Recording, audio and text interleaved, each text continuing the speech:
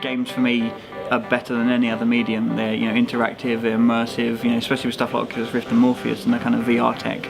You can really submerge yourself in these worlds and live and learn and experience these worlds that we can create as developers. Alien Isolation is a game where we've tried to recreate the feeling of being hunted by the original alien from the first film. It's quite a big task because we're used to aliens being gunned down by pulse rifles in the droves. So this for us was, no one had made this game, we all wanted to make the game where just one alien on its own was terrifying. So by making a survival horror set in a very similar style, the kind of 1979 aesthetic, we were able to really capture what that felt like, and also with some incredible AI programming from our coders, we've got this creature that is intelligent and smart and hunts you, and it's absolutely terrifying.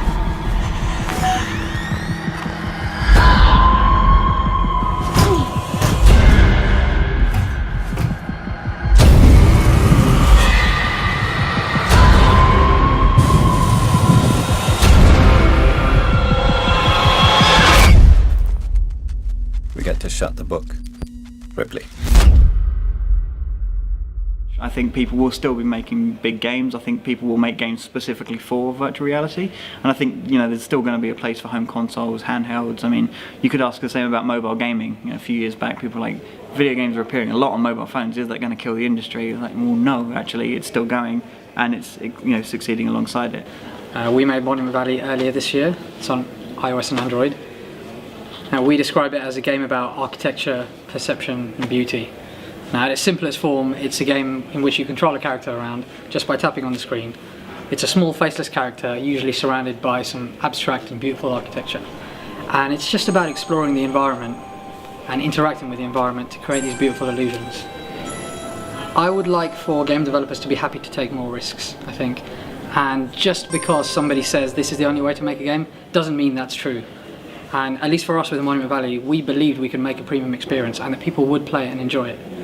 And so we went ahead with that. We didn't listen to what people were telling us, saying, no, you shouldn't do that, you should make it longer. You should possibly make it free. You should get people to pay for levels and pay for taps. I mean, we had our own instincts and we followed them. And we believe that's what more game developers should be doing.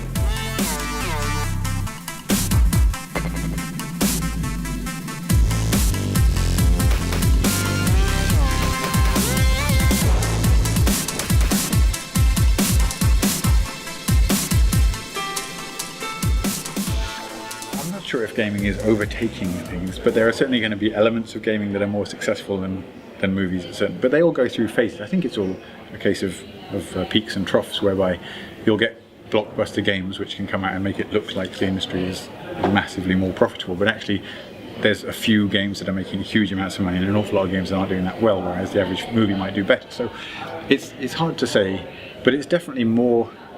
Well, for my whole life, it's been the most exciting industry I could think of anyway, games. And so it's just carrying on that, I think, and becoming more and more accepted. But still, I worry that it's still not quite accepted. I mean, I saw articles in the newspaper recently saying that, gaming is as addictive as heroin or something ridiculous. And you think, how can they really realistically be putting out these articles when it shows that we're still not anywhere near a mainstream acceptance when that sort of article can happen? So there's a long way to go.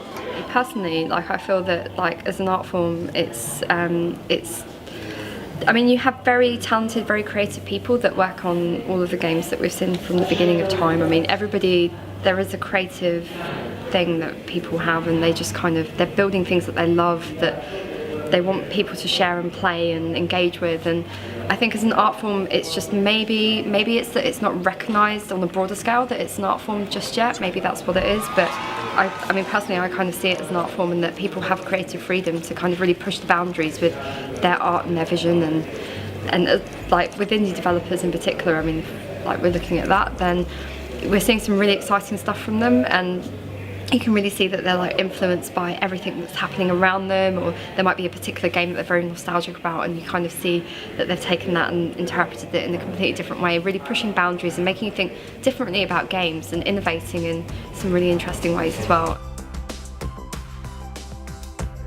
Everyone is here from the Welsh Government right down to universities, and so you can meet people who are just starting out, you can meet people who've been all over the world making games and they've just come back and decided, well, I'm going to go back home to Wales, which is what we did a few years ago. There's other people doing that now. I suppose as a result of you can be a smaller developer now, self-published, then you can be more wherever you want to be. You don't have to be constrained. So in that regard, it brings people together who might have been a bit more disparate, because you don't have the same networking necessarily if you're doing independent games as you used to have when you were perhaps all working under the same umbrella. So it's really good to get visibility and see people and what they're up to.